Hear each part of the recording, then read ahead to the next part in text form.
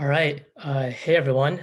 Um, and welcome to this event hosted by ICOA with guest speaker Bala Joshi. And thank you all for being here. My name is Vanil, and I'm the founder of ICOA. So before we get started, I just want to quickly talk a bit about the organization. So ICOA is an organization for school investment clubs, and our goal is to spread financial literacy to as many people as possible. So if you're from Eastlake High School in Washington, that's where it all began, and I highly recommend you to go and join the chapter there. Lots of knowledge and education you can get from joining. And if there's not a chapter at your school, if you're not from Eastlake, then don't hesitate to start an ICOA chapter at your school. It's a great leadership opportunity and a chance to make a difference. So links to do both of those, I'll post it in the chat right now.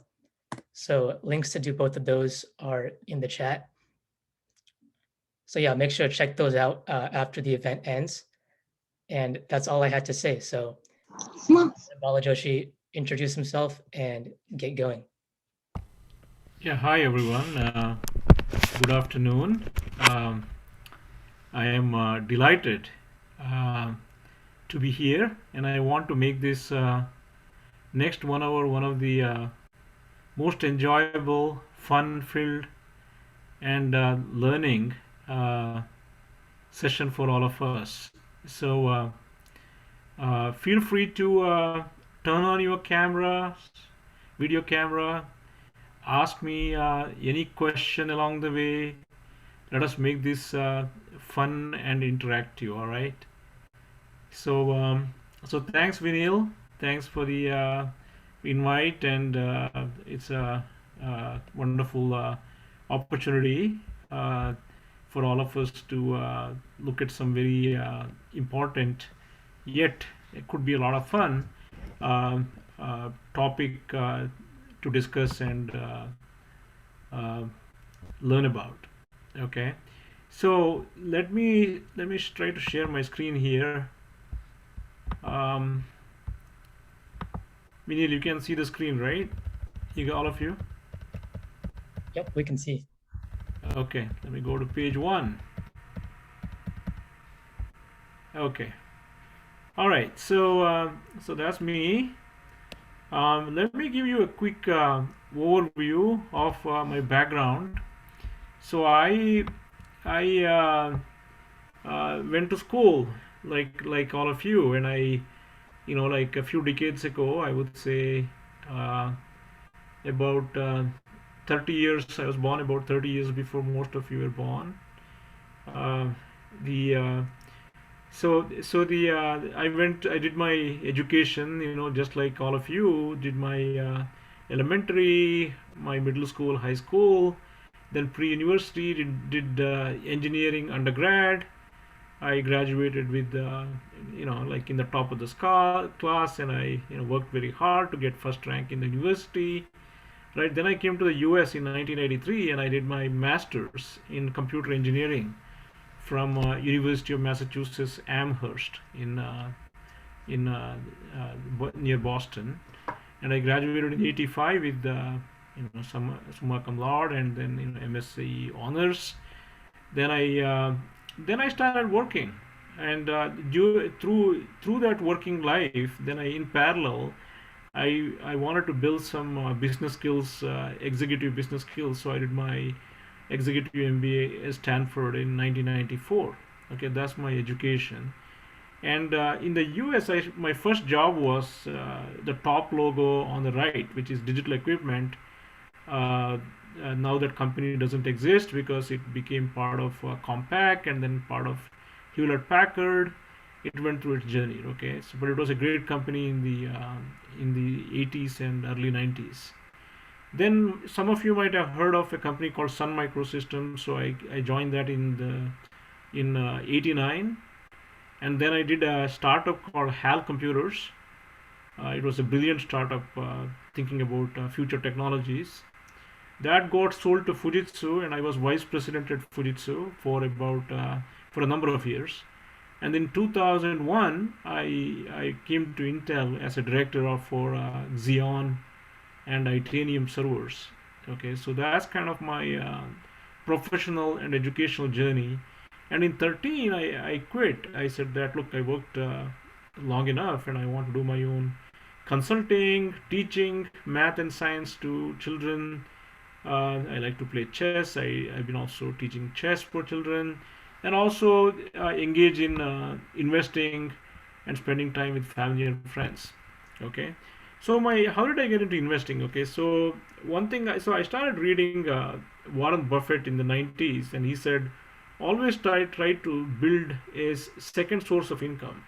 And I said, look, investing could be a wonderful area because it has got a lot of mathematics, a lot of science, a lot of things about emotional control. So I started looking into it, and it looked more and more fascinating. So over the years, I have theoretically learned and also personally invested some money and experienced in stock market, in options market, in real estate, bonds, commodities, venture and angel investing. And I also, as I said, been studying Berkshire Hathaway and Warren Buffett for many years. I've been attending his annual meetings in Omaha from 12. And I've been doing a lot of non-profit work. I've been served on many boards. I've been involved with the Khan Academy from its early days. And lately, like serving a lot of communities, mentoring at a incubator, which I did not put here, but it was in the earlier slide, called FalconX, which is an incubator for startups. So I mentor their the startups get mentorship, right? So I go there and mentor the founders. My hobbies and interests, I like to interact with people, help people, reading, spiritual quest, music and dance, a lot of outdoor hiking and things like that, and also, as I said, teaching. So that's kind of my background. Um, so now directly dwell in. Let's go directly into the subject. So this is these are a couple of products at Intel. I want to show this to you because Intel is like a big company. It's in the Dow Jones 30, and I was an engineer, right? So I got like many awards. This is the microchip that we developed, and many of you, when you use your when you connect to the server, right? It uses Intel Xeon server CPUs, and these are the CPU, the microprocessors, right? That my team was developing, and I just wanted to. I thought I'll just show that this is how I built my career, right? Doing this and working very hard. This is a picture of me going to Omaha, and what you see there is on the what you see on the top right is me in front of Mr. Buffett's house, and immediately to the left is the convention center at in Omaha, where people line up at 4 o'clock in the morning to attend the meeting, and you can see Mr. Buffett like walking around the hallways of the in the convention center where products are displayed. And here you can see Berkshire board, Bill Gates and other people, and he's not on the board as of like this year, but like he was on the board during that time. You see Charlie Munger at the bottom. These are pictures that I took, except on the top myself, somebody else took it.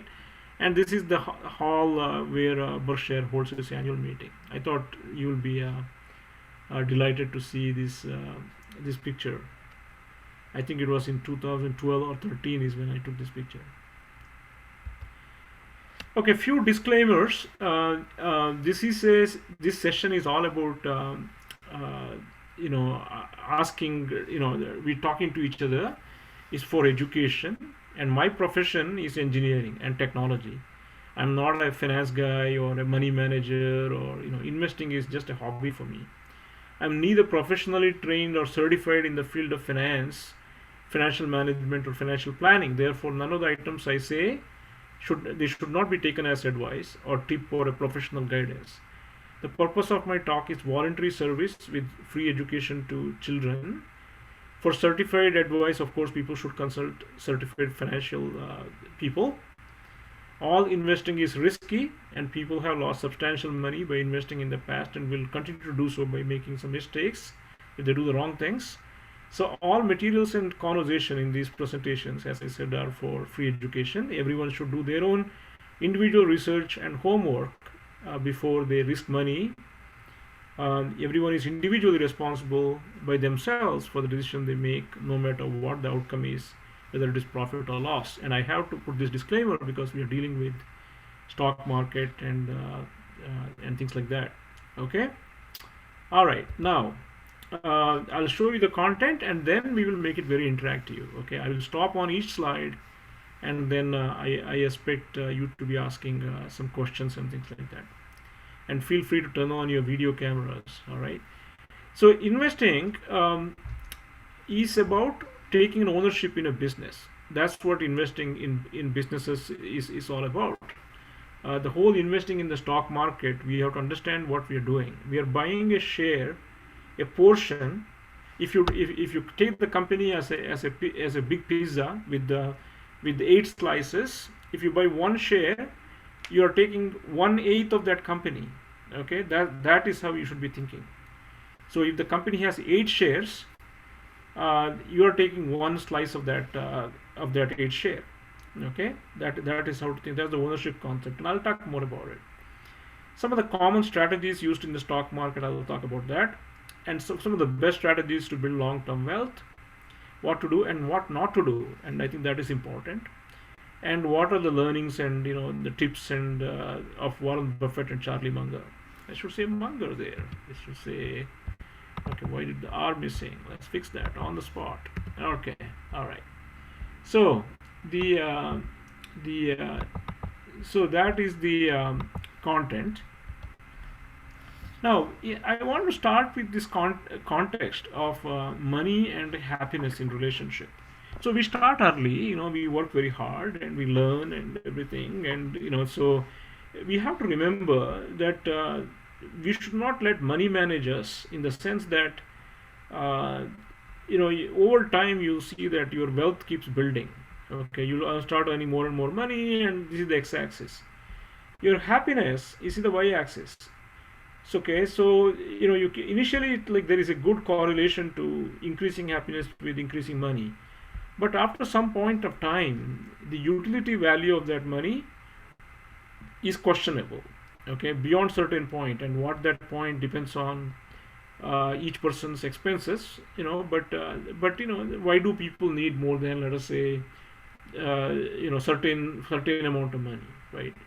Um, uh, some people take it as a challenge. It may be like professional investors.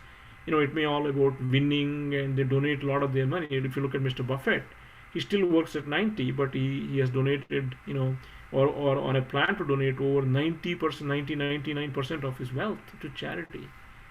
Okay, so we have to really keep this higher level perspective,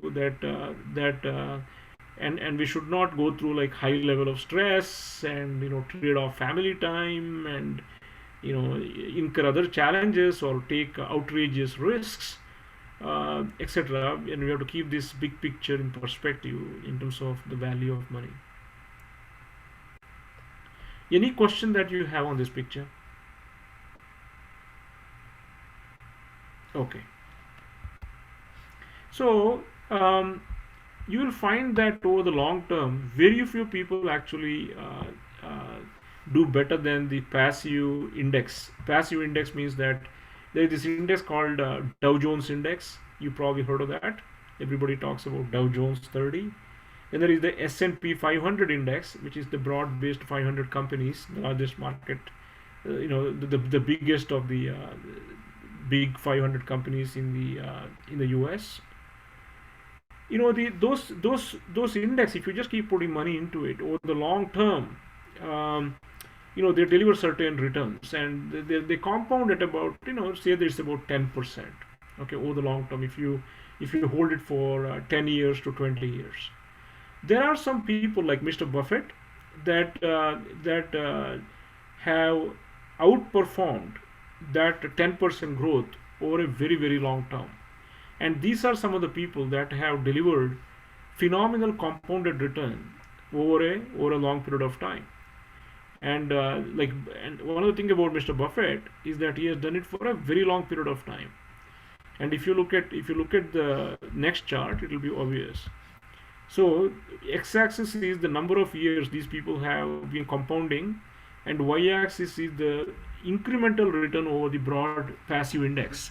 Okay, if you just put money into Dow Jones 30, or if you just put money into S&P 500 index, let us say you get some return. What is the incremental return? So if you look at Mr. Buffett, he has got, he has delivered like more than in this chart when this was built.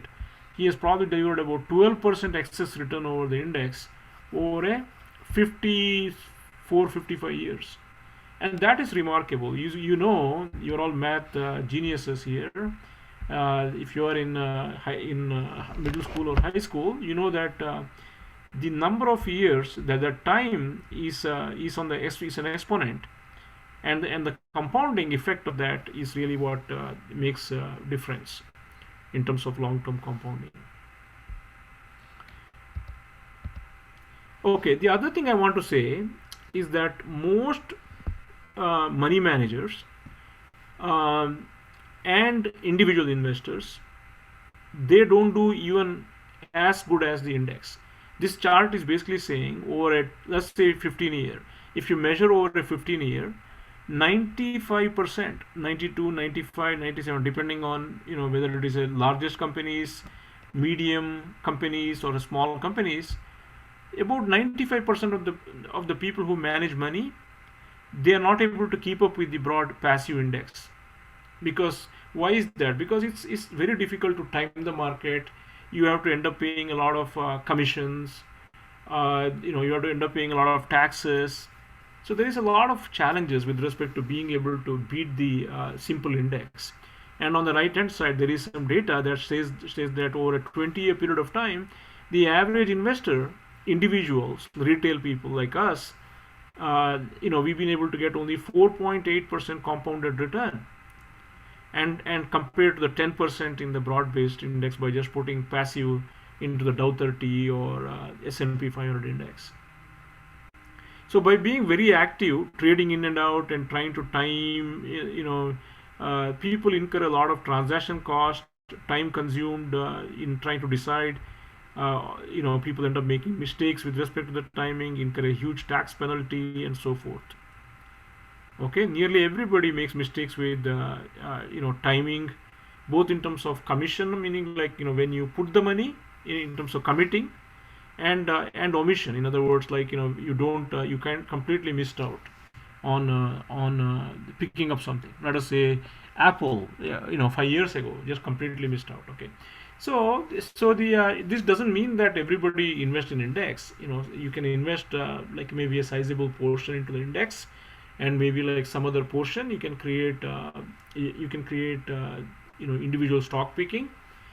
On the other hand, if you really want to be very good, like a Mr. Buffett or Peter Lynch or Charlie Munger, you can develop that skill of picking individual stocks and keep getting better at it over time. For that, you have to start investing, learning from your own mistakes, read a lot, and then you can start getting better and better over time. So all of you heard of Isaac Newton, right? Yeah. So he said he used to invest in the stock market. So what he did, he said that he said after investing for a little some time that I can calculate the motion of heavenly bodies, but not the madness of people. So what happened is that he got caught in one of these crazy bubbles, like the South Sea bubble. There was a company called the South Sea Shipping Company or something like that, and it kept going up and up and up, and he started putting money into it. Okay, so the learning from there is that you don't chase the fad or what is the most popular and like what everybody's chasing after. You don't just chase it. You have to really understand what you're doing. Is it a good company? Will it last for a long time? Am I buying it at a cheap enough price compared to where do I think it will deliver a value to me? Okay, so that is the lesson of the experience that Isaac Newton a very smart individual. He invested and he lost a lot of money.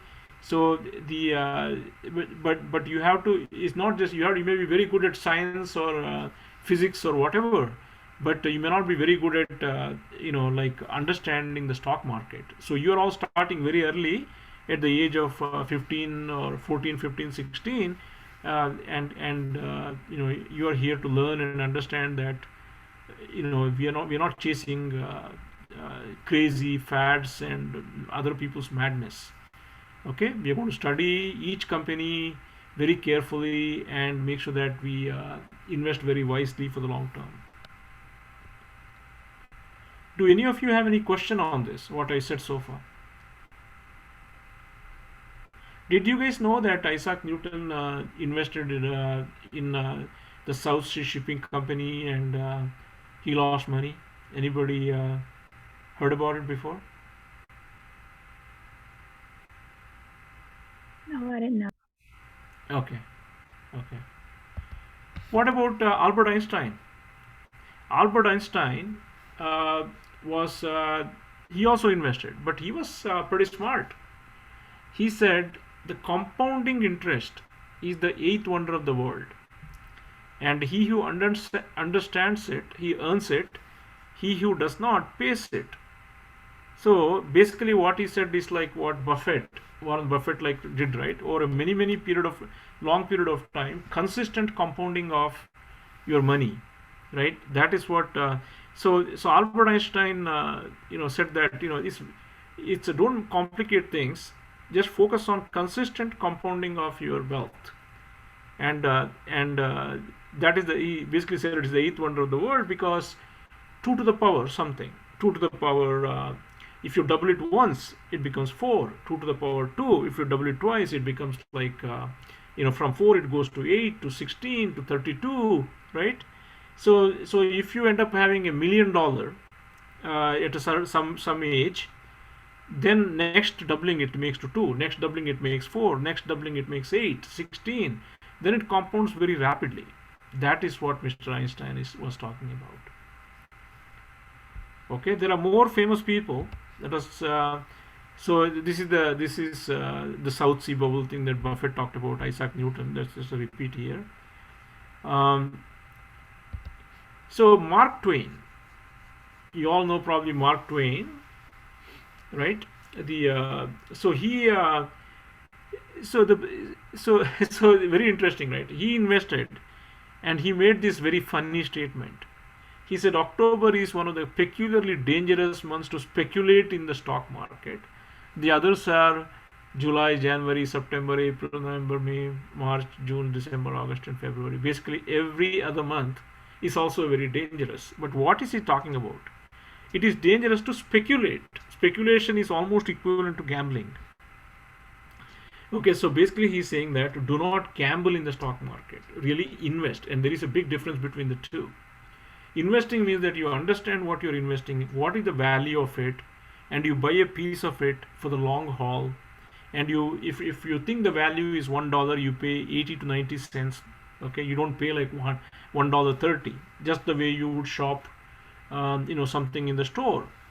Okay, and I think it was either Buffett or Munger who said that you should be buying stock, whether you buy socks for yourself or you're buying stocks, your approach should be the same. You buy good quality at a discount. Okay, so what happened to Mark Twain? I'll tell you the story. The mistake he made was that he lost like about $4 million worth of money that would be equivalent of today. Back then it was I think $150,000 or so, by investing in a company called Page Compositor. See, Twain was like a good author and writer and everything, right? So he thought this typesetting machine, automatic typesetting machine, this will revolutionize the publishing industry and stuff like that. In fact, it was a great company. Only thing that the founder did not want to take it public. So his money got tied up. Then the company ran into some trouble, and Mark Twain, all of his investments, I think, was lost, or majority of his investment. So the message to learn from there is that don't put all of your eggs into one basket. Just because you are in that, you are a good writer, you understand this industry, then you go put all of your money into it. That is a total mistake. You have to limit about how much of risk you take, because there's a lot of things that can go wrong, right? The founder of this company can get into some health issues or something, or so some other things can happen. So it's important to diversify. He did the smart thing of investing in things that he knows, but how much you expose, it's a very important factor.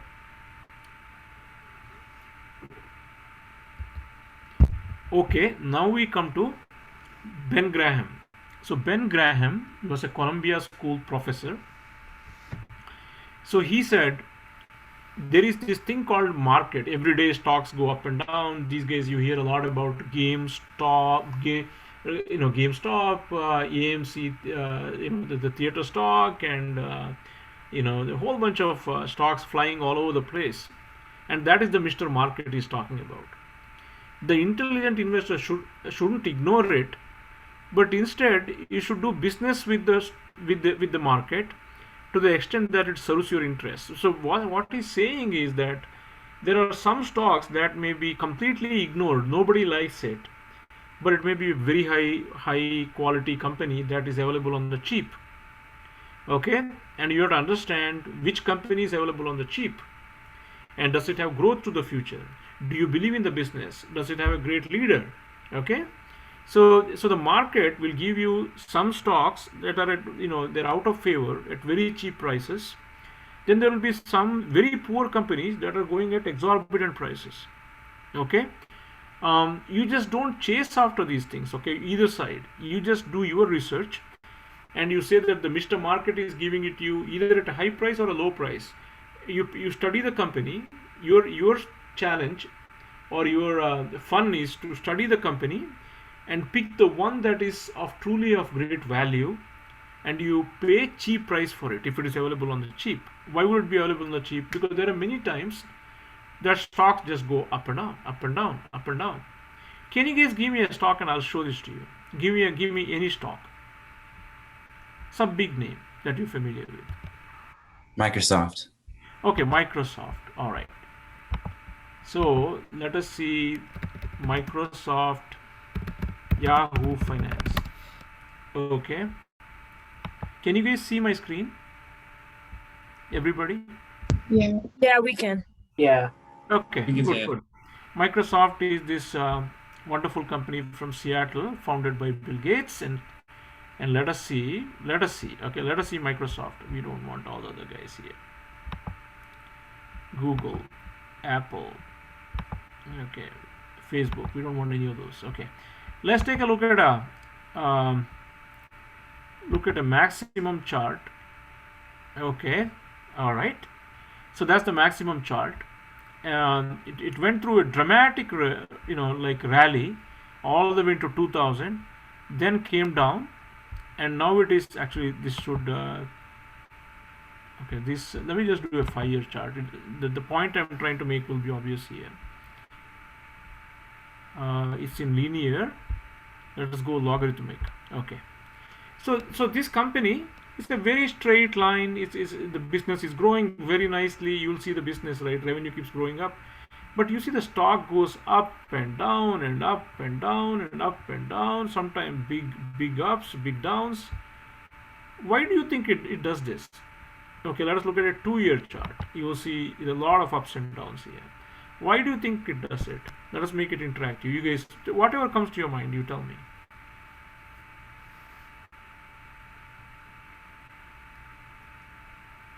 Any idea? Speculation. Speculation. Some people. Pandemic? What was the second one? Pandemic? Pandemic. Okay, pandemic.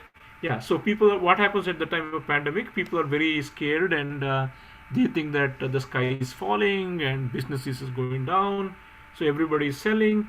And the other comment was about speculation. Some people are speculating that they may be thinking, okay, this thing is going to do very well. They rally, take it up, and it goes down. And over here they get very scared. Some bad news temporarily comes out. They sell it.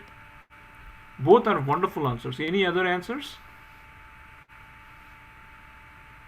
Okay, the next question to you is that if you really believe in Microsoft, where should you be putting a lot more money? Should you be buying it here or should you be buying it here? Second option. Second option. Why? Because it's a lot cheaper. But you know what happens to most people? They get scared like everybody else over here. They get very enthused and greedy when it goes here, right? So Buffett made this principle saying that be fearful when others are greedy, be greedy when others are fearful. Okay, so the idea, we don't know when this comes, because when it goes down you don't know how low it's going to go, but generally you can see a lot of newswire articles saying that, like, Microsoft this, Microsoft that, and some, so you have to take a very independent view and convince yourself, like when it goes down you should say, look, I am a believer in Microsoft. Okay, this company is going to do well in the long haul, and therefore when it becomes very cheap, I'm going to put money. Okay, and if it goes down, like, and then you buy more, and then over time, you see this happening, and you wait for these dips, and if you have more cash, you can keep putting more cash on dips and keep on buying, right? So that is very good interaction there, right? So that is what Ben Graham was talking about. He's basically saying the market is there to serve you, and when things are low, you buy it. When things are outrageously expensive, you can either hang on to it for the long term, or you can start trimming it and buy something else. So here are some great books, okay, on investing. And the one here is considered to be like the call it the, in the US they would call it as the Bible, or whatever the religion book of the person is, that, but generally you understand this is considered to be the one of the best books in the field of investing, called The Intelligent Investor, written by Professor Graham. And he also wrote this book called Security Analysis, and here are some forwards by other people. Graham and Dodd were professors at Columbia, and then Jack Bogle, who invested, who came up with this idea of Vanguard index funds. He wrote this book called The Little Book of Common Sense Investing, The Clash of the Cultures, right? Wharton School professor Jeremy Siegel wrote this book called Stocks for the Long Run.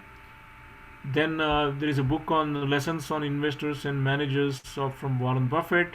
There is also some books from about Charlie Munger's Wisdom, Common Stocks and Uncommon Profits by Phil Fisher, Peter Lynch's book on One Up on Wall Street.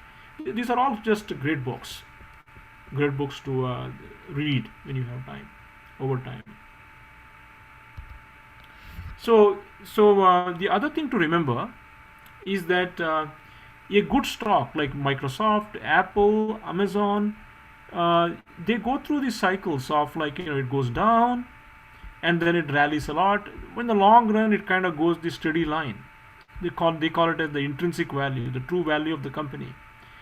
And then somebody pointed out, one of you said, there could be periods of speculation, there could be periods of a lot of fear.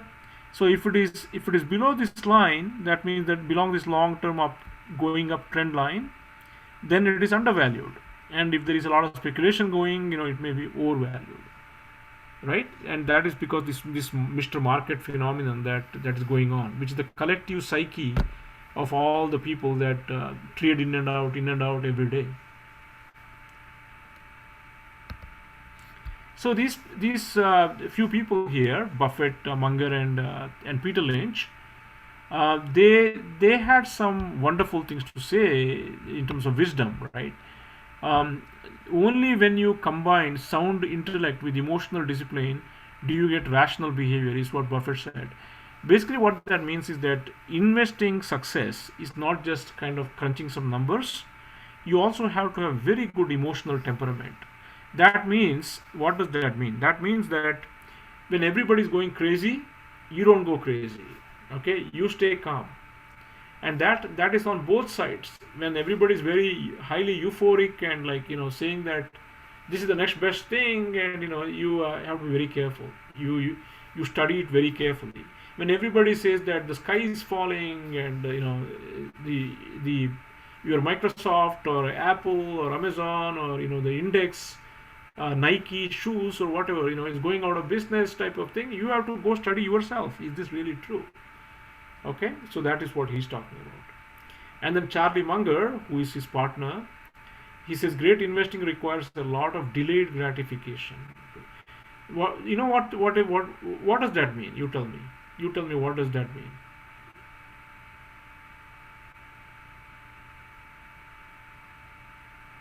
Any idea? Anybody? What does the delayed gratification mean? So basically what it means is that you don't look for returns tomorrow, today. Okay, you make a bet, and you keep a long horizon, and you wait and you wait and you wait.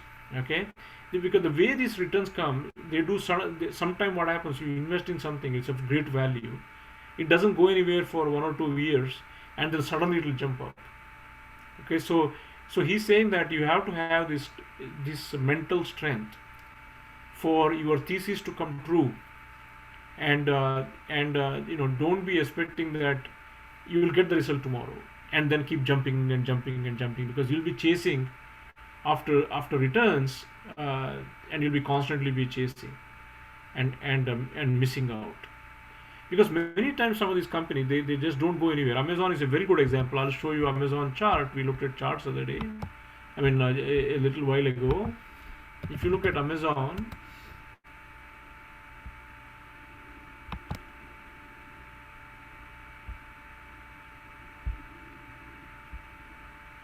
it'll come up. Okay, if you look at Amazon, see this 2-year chart of Amazon, and let's zoom a little bit more and a little bit more. Okay, and a little bit more. Actually, it's a 5-year chart that we want to see. Okay, so if you look at Amazon, okay, so you say that, okay, let us say you invest here and it goes up here, or let us say somebody who came here, he or she felt that this is a great company. This was in November of 2018, and they put the money here. Amazon is growing at 30-35%. Stock is not going anywhere. You're waiting and you're waiting and you're waiting and waiting and waiting, and then suddenly jumps 50%. And now again we are in that period. We are waiting and waiting and waiting. One of these days it will go like this and it will jump up. So this requires you have to believe in the company. Amazon is growing, like whether it is AWS cloud, whether it is e-commerce, third-party selling, Amazon Prime Video, the groceries, the Whole Foods, all the businesses they own, right? It's a phenomenally growing company at about 30-35% per year, and it's a big company, very well diversified company, right? You know that, and it has got a leader with the track record, Jeff Bezos, right? So you say that, look, let it keep going flat. I'll keep, and then I go study this company like cheap enough for me, and let us say it is, and the stock doesn't go anywhere. And if you have more money, you keep putting a little bit more money, and over time, suddenly it will take off and you will get your return. And that's what Mr. Munger is talking about, that delayed gratification. And then Peter Lynch said that when stocks are attractive, you buy them.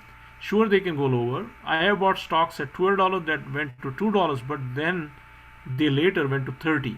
You just don't know when you can find the bottom, okay, because things do go down. So on the left side, I put some thoughts of my own. To relish life, you need peace of mind, so that whatever you do, you have to make sure that it doesn't disturb your peace of mind. All of us have 24 hours, right? And we are trying to build a good financial security and emotional freedom. The time and financial freedom are very important over time. And we need a purpose in life, okay, a good purpose that we enjoy. And investing can be a good purpose, and you can do, with the excess money that you have, you can do charity. We can improve societies, and so you can do money in people good hands is good for this planet. So you can invest for a sense of winning in a steady growth, which makes you feel good. Excess money you can donate and do good to the world. And we build habits along the way. The habits require period reflection and change. So what I mean by that is that you have to ask yourself whether you are getting swayed by the fad of the day. Do you get are you gambling? Are you speculating? Are you really investing? Do you understand the difference? Those kind of questions that only you have to ask yourself, as you go along. Um, Generally, what I have found is that it's better to keep things very simple. If you make your investing very complex, just people will teach you all these very complicated strategies, okay? And it becomes so complicated that you can't keep up with it. So the more simpler you make, each of you know what simplicity to yourself means, but the simpler you make, the better you will be. You'll have better peace of mind, and you'll be able to reflect and improve along the way. Any questions so far?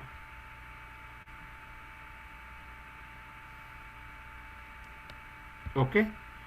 So here are some tips from Mr. Buffett.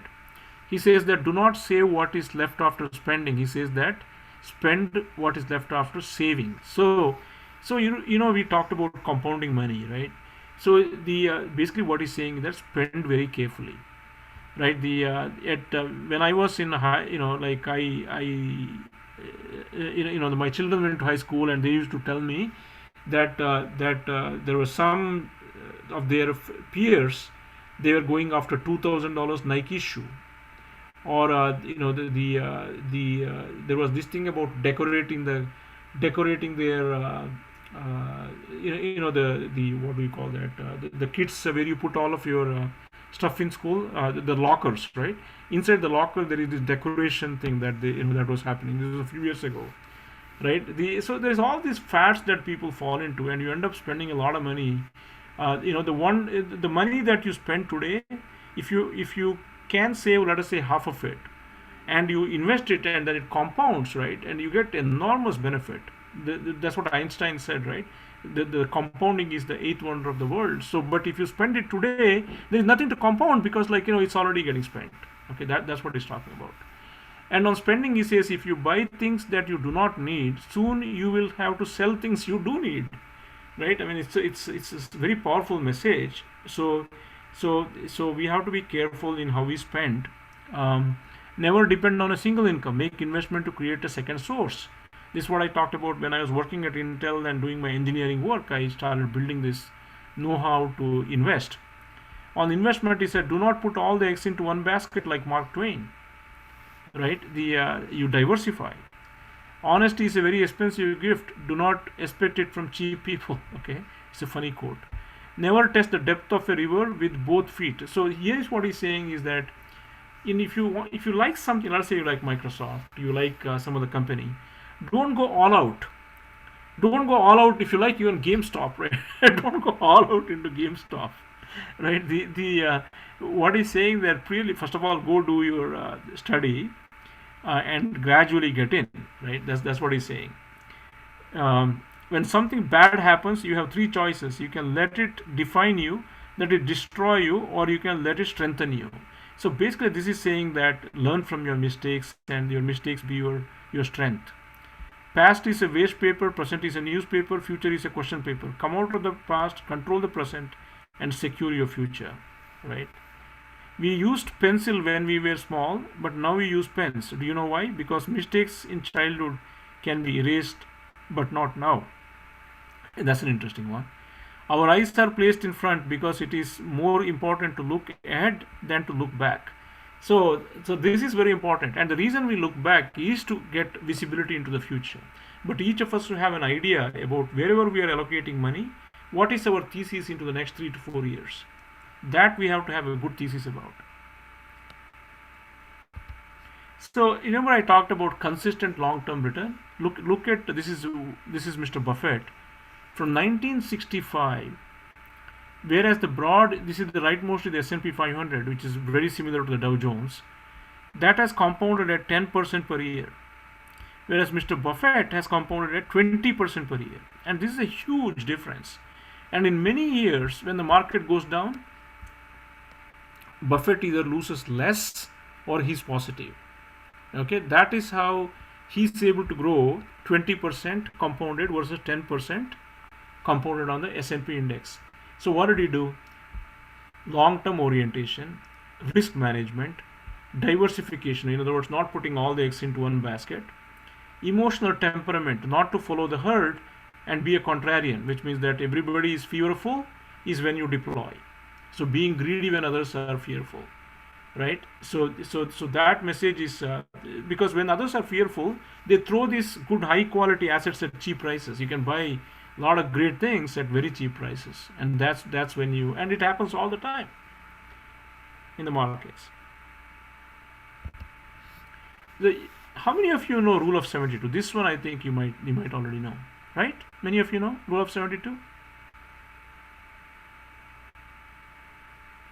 Anybody know rule of 72? Okay, rule of 72 is a simple, good. I'm glad that you're learning this. It's a simplified way to determine how long an investment will take to double. So basically saying that if something is growing 10% per year, you divide 72 by that year, that your return expected, that's the number of years it will take. As a rough approximation, this works out good. It actually doesn't work at the extremes, but around 10%, 8 to 5 to like 15, in that range, it works really well. So let me ask you this question: if your return is 16% per year, how many years will it take to double?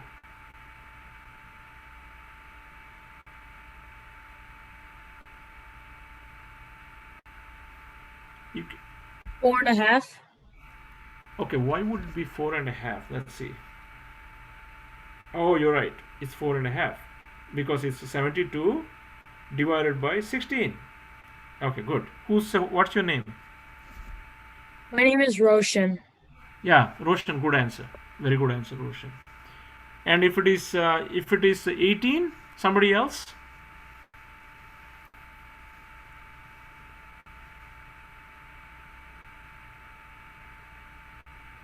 Somebody else. 4. 4. And what's your name? Prussia. Trisha or Prasha? The second one. Okay, Prasha. Yeah, thank you. That's a very good answer, Prasha. So basically what you do is you divide 72 by your expected return, and that's the number of years it will take. So Mr. Buffett had 20% return, right? So you divide 72 by 20. So he was doubling the money every 3.4 years. You see? No, actually it should be 3 point, I think it's 3 point, not 3.4 because it will be 68. 72 divided by 20, I think will be 3.6. 3.6. Yeah, good catch. There we go.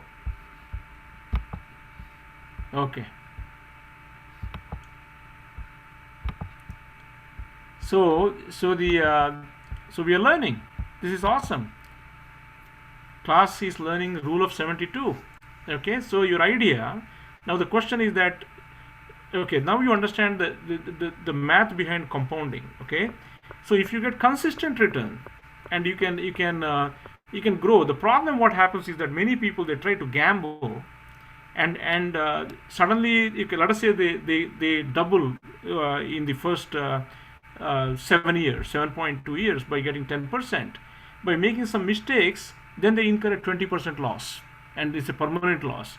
So what has doubled now becomes like, what 100 became 200, but the 200 now is 20% less, so it becomes 160. Now you have to make up for all that, and it's very difficult. So the key thing is to avoid making these kind of mistakes that are permanent losses along the way by making poor choices, and be consistent.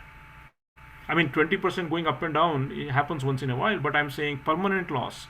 Let us say you invest in like a Fitbit at its peak, or you invest in a GoPro, or the JC Penney. There are so many such examples, right? Where whatever you invest in, it can go to zero. So you have to avoid making those kind of mistakes. So if you look at among all the types of assets, where all you can invest, you can invest in the gold coins, you can invest in treasury bills, you can invest in bonds, you can invest in stocks. What is missing here? Anything missing?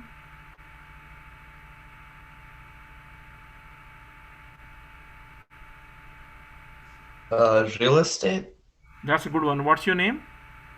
Sajarsh? Yeah, hi Sadarsh, right? Yeah, Sajarsh. Oh, Sarsh, yeah. So real estate is missing, and that is because there are many types of real estate investments, whether it is single family homes, whether it is multifamily, whether it is owner managed, whether it is a private company managing. So there are various varieties, and it's very difficult to put one number. But generally, you can say that real estate is between stocks and bonds in general. Okay, like maybe around here. But stocks is historically has been one of the best class of long-term returns, and that's the message that this is trying to say. And why do stocks go up like this? It is because the companies, their earnings are growing. This is something that I plotted myself by getting data from New York University Stern School of Business, and I found that this is a 60-year data. Okay, I found that S&P 500, all the company, their earnings are growing at about 7% per year compounded in the long run, which is awesome. And they're also giving dividends. Okay, the dividends are also growing over a long term. Okay, now this is the foundation why stocks go up. But just like you said earlier, there could be like speculation, there could be like some COVID type of event.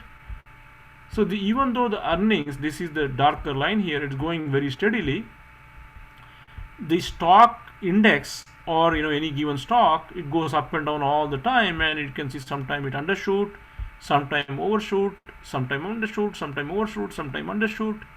It happens, it goes all over the place because of people's expectation to the future, how confident they feel about the market. So our idea is to recognize that there is a lot of fear and greed going on in the stock market, and we take a long view. We buy when it is cheap. Yeah, and that this is actual figures, right? Actual chart. Now, there were some big crashes happen along the way. Like there was a just about a year or two before you folks were born. In 2000, stock market hit a peak, and 2003 it went half. And you can do this with 60,000 instead of 1 million. 60,000 going to 100,000, coming to 50,000, then going up to 100,000, coming back to 50,000, then rallying all the way to 50,000. Looks like there is a question in the chat room. Let us see, what does it say. Okay, we have 5 minutes left. Okay, and then we are almost there. And this is Berkshire Hathaway, very steady and consistent. So the key thing is to learn, earn, spend wisely, save and invest wisely. In my case, I told you about all this working very hard, and then to get good education, then earning to save money, and pay off bills and take care of parents, and spending it wisely and saving a lot of money along the way, and investing it very wisely in some broad-based index and in good companies, and keep on investing and keep on saving and keep on investing, okay, in the market for a long-term compound growth. And what not to do, like don't get into very risky habits. I try to avoid all of this, like selling short, you'll hear about, getting swayed by the hype of the month and day, getting too greedy, make it a very competitive sport. Don't do any of those things. I would not advise any of those things. Do your homework. Not doing a homework is not a good idea. Not to extend beyond what you can handle. Engage with options without understanding what they are. Selling uncovered positions, gambling, speculating. short-term orientation. These are all habits are easy to get into, and it is very risky. So, coming back to the summary, investing in business is taking ownership. A stock is not just a ticker symbol with random price movement, but it's actually owning a piece of the company that is growing its business. You own a portion of the revenue. Think of you owning the portion of the earnings. Common strategies used in the stock market are passive long term. You buy very good companies or broad based this index, SPY or DIA, and you keep on adding more money into it. There are some other strategies like dogs of the Dow. This basically means that you buy the cheapest Dow stocks in the December or January every year, and you keep rotating every year after that. This is some of the strategies that have worked out pretty well. Active means the day trading, swing trading. There's a thing called scalping, which is the bid-ask spread. People try to go after, try to optimizing it. There is arbitrage, which means that the company gets taken over. You know that you put a bet saying that it is going to get taken over. It's trading at a discount, so you lever and you make a massive bet. So people do those kind of strategies, but you have to be very careful. Some of the hedge funds use these active strategies, but for most people, passive long term with some portion of active individual company investing works great. Now, some of you may become like a Buffett, and maybe most of yours is long term, but individual stock picking and all those. You may use multiple strategies. Okay, so there is no such thing as you have to just pick one thing. You have to figure out what works best for you. So the best strategy to build long term wealth, is very difficult to beat the index. We saw 95% of the people don't. Best thing is you keep on putting money into this broad-based index, you dollar cost average, and you reinvest the dividends. And some small percentage, let us say 10% of your money, you keep picking individual stocks that you really like. Let's say you wear Nike shoes, you really like Nike, you buy that company. You like Microsoft products, and you believe it's in Seattle, you hear a lot of good things about it, you put a little bit of money into that, right? Things like that. So the tips from Buffett and Munger, again, long-term perspective, due diligence, do your homework, independent thinking, consistent compounding. And Charlie Munger said that if you have a thesis, always invert it. What if it is wrong? What if it doesn't turn out? Okay, so you kind of look at your own blind spot yourself. And you understand the leadership of the business, and you buy when things are a little bit cheap. It's available on the cheap compared to you think it's too long-term value. And next page is the last page. There are a few links that I would like to show. So if you click this one, it will take you to this is New York University Stern School of Business. Professor Damodaran, from 1960, he lists S&P 500 level, their earnings, dividends, and how it is growing year after year after year after year. This is a very good chart to get an idea about how things grow over time. So that is one thing to look at. The other thing to look at is this, if you want to look at the S&P 500 return over any period of time, you can go to this link and it will tell you, pick any period of time, what is the return, right? You can say that give me from 1995 till to 2021. I don't know if it will give you 2021 because we just let's go to 2020. Okay, calculate. Okay, so the return has been 1,184% with dividend reinvestment. That's how much it has grown. Compounded return 10.35% annualized, right? You get that kind of figure from this site, which is a wonderful site. Lastly, this is the last one. Okay, this is a good one. Okay, now what I want you to see, that let us say that you start with $1,000, and let us say that all of you are around 15 years. Let us say that let us see what happens in the next 40 years.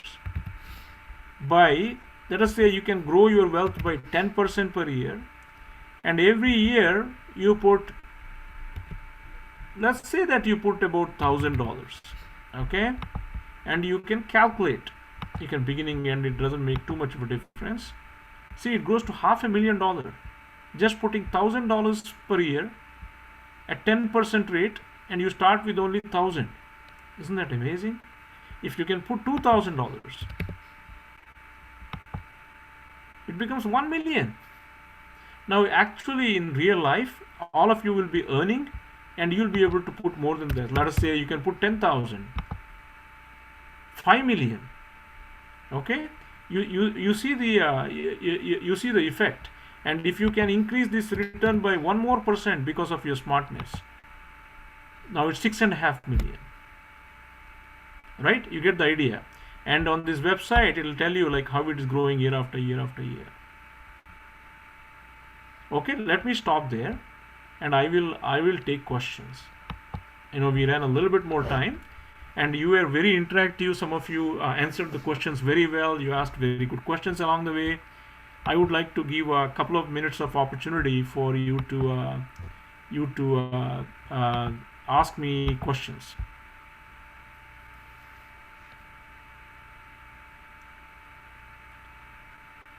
Anybody? I'm just asking, will there be future classes like this? Will it be future classes like this? Vinil? Yeah, we will be having future events. We'll be sending an email out about that. So yeah, the quick answer to your question will be yes. Did you like today's class? That Yeah, it was really informative. was informative. Okay, good. Thank you. Anyone else? What did you learn?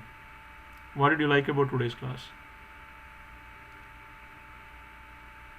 I like just how you explain about everything, and like how you should invest, some common strategies that people use and what not to do, or at least your advice. So Okay. I like that. Okay. Thank you, Suresh. I really liked those quotes from. What did you say, Revant? I really liked those quotes. Oh, the quotes. Okay. Yeah, really. Okay. Okay, very good. There are a couple of questions that they came directly to me. Let me just see what they are. Can you define what you mean by speculation? Speculation means that you just the closest thing way I can explain this to you. When you go to the local 7-Eleven and buy a lottery ticket for the mega lottery, you're speculating. Essentially, it's very close to gambling. So you're not studying, what is the value of the business, what is the future of this business, how good is the leader. So people are just speculating that, hey, it will go up. Everybody chasing it. I think it will go up. I think it will go up, right? Without any reasoning, and that would be speculation. Okay, there is another question, a couple of questions. Can you tell me 2 starter cheap stock which I can start investing in? Okay, I mean, I don't make recommendations, but Berkshire itself, Berkshire Hathaway, is something that I would advise my children to investing in, and also if you look at the companies like big companies like Amazon, should do very well in the long run is what I would think. Okay, yeah. Let's see. Somebody else, Nikita, said same thing about being she learned a lot or whatever.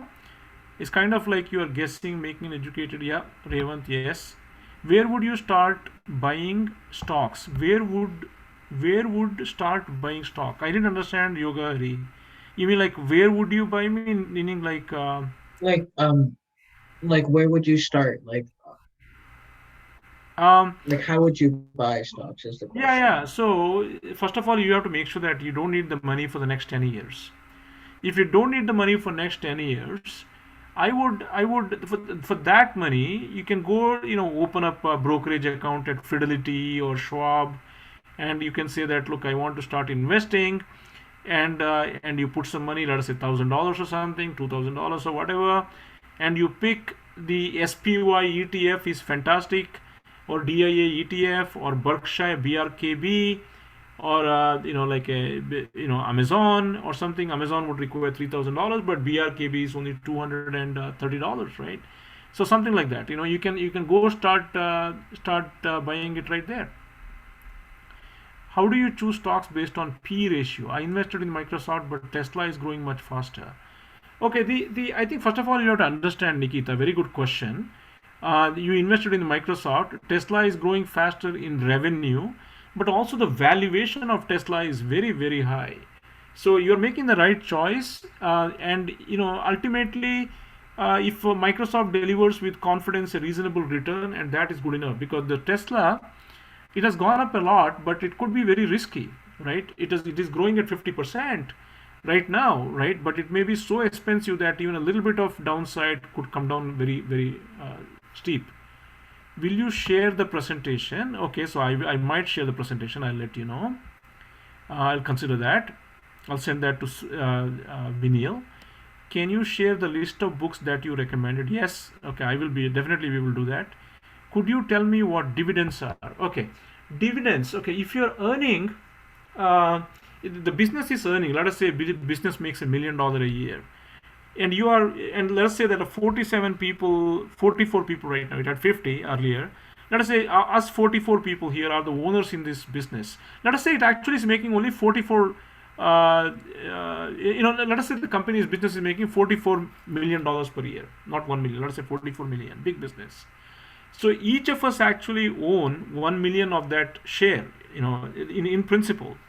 But the company, what it can do, it can choose to distribute out of the 44 million, let's say 10% of that, 440,000, it may choose to distribute to the investors. So each of us will get $100,000 in dividend. Okay, that is how the company, a portion of the earnings they can choose to distribute in dividends. Do you recommend purchasing an index fund? If so, are there any that you recommend? So generally, like I've been advising my children to keep buying SPY, which is S&P 500 ETF, by keeping a 10-year, 15-year horizon, because they're young. They're like a kind of your age. They may be like about 5-6 years older to you. So they just got out of college, and I keep telling them that keep on buying SPY and Berkshire a little bit, and don't worry too much about anything else unless you really want to invest in individual stocks later on, a small amount of money. Can you trust the news when buying stock? Well, you can trust in the sense nothing can be trusted in the media directly. I mean, you have to listen to it, you'll have to digest it, and then you have to make your own independent judgment, because you'll hear both sides of the news. One set of news will say good things about it, another set of the news will say bad things about it, and depending on which period, people may pile up on the good news or people may pile up on the bad news. But you have to understand what the news is, digest it, and then you have to independently think that whether it is right or not. Sometimes all the news may be very negative, and it may be a great time to buy.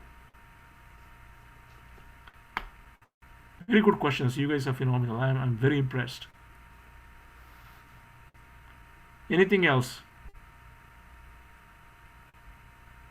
Well, this has been fantastic. I mean, it's way, just amazing. You blew my expectations with respect to your interaction, the feedback that you gave me, and the content and how you digested the content, the questions, answers. I had a blast. This is a great way to spend an hour and 15 minutes or so on a Friday evening, Friday afternoon. Thank you very much, everybody. And thank you, Vineal, for bringing me to this forum, and I thoroughly enjoyed it.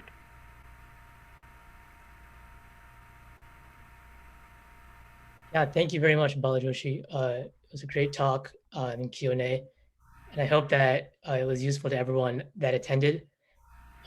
Before you guys go, though, a reminder that the links to both join and start an ICOA chapter, I'll post those in the chat right now, but just a reminder that joining is a great way to learn about investing through competitions, more events like this, discussions, and a lot more. So both those links are in the chat now. And also, if there's not a chapter at your school, then please do not hesitate to start one. It's easy, simple, and rewarding, and will guide you through the entire process. So make sure to check those links in the chat. And the last thing is we actually have a form for feedback or anything else you want to say. So I'm dropping that in the chat right now as well. So make sure to take that form. We'd appreciate that. Just get feedback, make our next event better, and stuff like that. So yeah, once again, thank you for joining. and we hope to see you next time. Thank you.